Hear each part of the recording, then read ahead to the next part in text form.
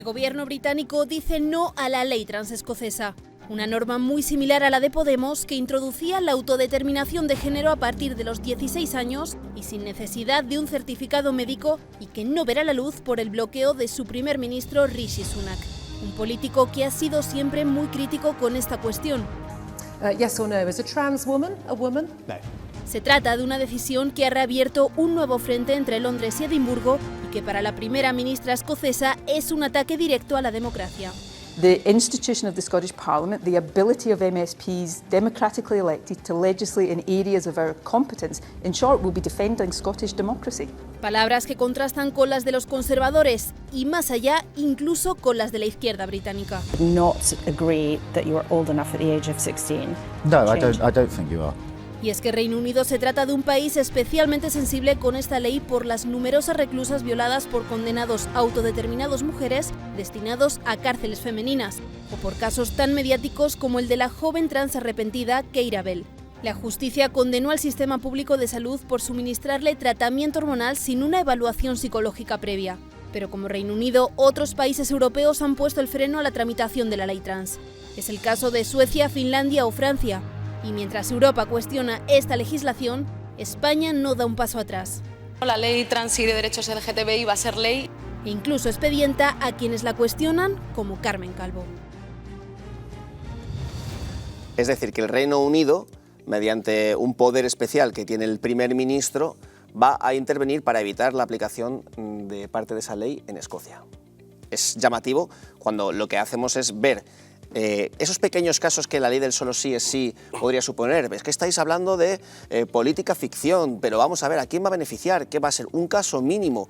Se decía eso, ya estamos viendo 200 beneficiados. En este caso, cuando se habla de la aplicación de la ley trans que puede dar lugar a problemas como los que ya están viviendo en el Reino Unido, que evidentemente no son mayoritarios, que aplican ¿a qué? A una decena de personas, pero es que esas personas también sufren. Cuando una mujer, cuando alguien cambia de sexo y intenta entrar en una cárcel de mujeres, un violador, y agrede sexualmente a otras reclusas, esas personas, esas reclusas tienen derechos. ¿Y son son pocos casos? Sí, pero es parte de la aplicación de estas leyes y hay que pensarlo. Además, un poco, tú hablas de las reclusas, pero luego de las personas que transicionan y que luego, por no ofrecerse las garantías suficientes y los diagnósticos suficientes, pues en realidad tenían otro tipo de cuestión psicológica, de inseguridad psicológica, y han creído que transicionar iba a resolver ese problema, y no es así. Es decir, hay pocos casos porque ahora mismo la marea es de fondo.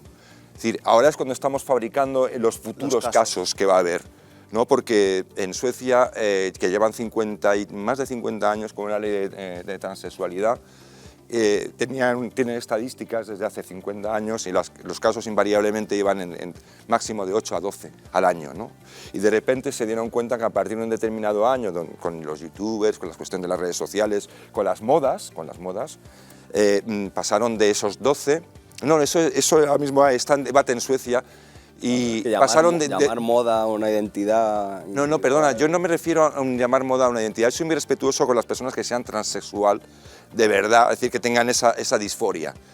Precisamente se estaba analizando algo que afecta a unas personas que de verdad sí lo pasan y que ellos no ven con buenos ojos esto. Los primeros que no lo ven son ellos, porque saben lo difícil que es, ¿no? Y que no es una cosa...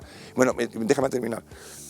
Han pasado de 12 a 4.000 casos, a más de miles de casos. Es decir, eso cualquier ese sociólogo, persona que maneje datos, sabe que ese salto no es un salto que se pueda explicar. Es decir, aquí está ocurriendo algo. Es decir, no es un salto, eso es un salto en la gráfica que no tiene ninguna lógica.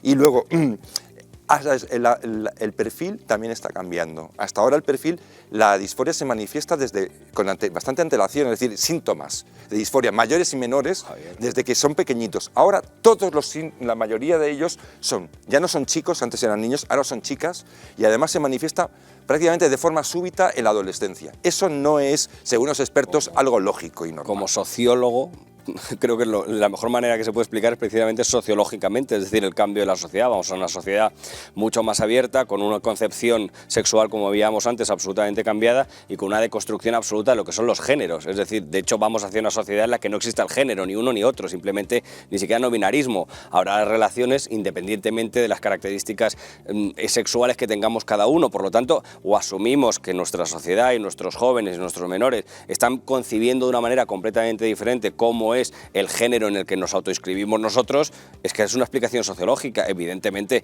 cuando la apertura de la sociedad... No es una explicación sociológica, hombre, es un delirio. No es un delirio. Bueno, pues hombre, no, es que no hay pues manera por yo soy licenciado en delirios y como licenciado en delirios... Da igual, eso es una falacia de autoridad y a mí ese tipo de cosas no me parece lógicas. Has dicho que los sociólogos no lo pueden explicar, yo soy sociólogo y te lo estoy intentando explicar. No, te quiero decir que un salto en una falacia de autoridad o un dato de Eduardo, autoridad.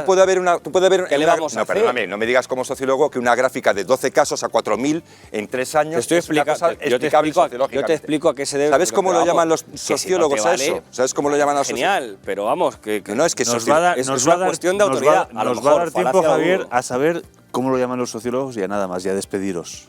Le llaman locura.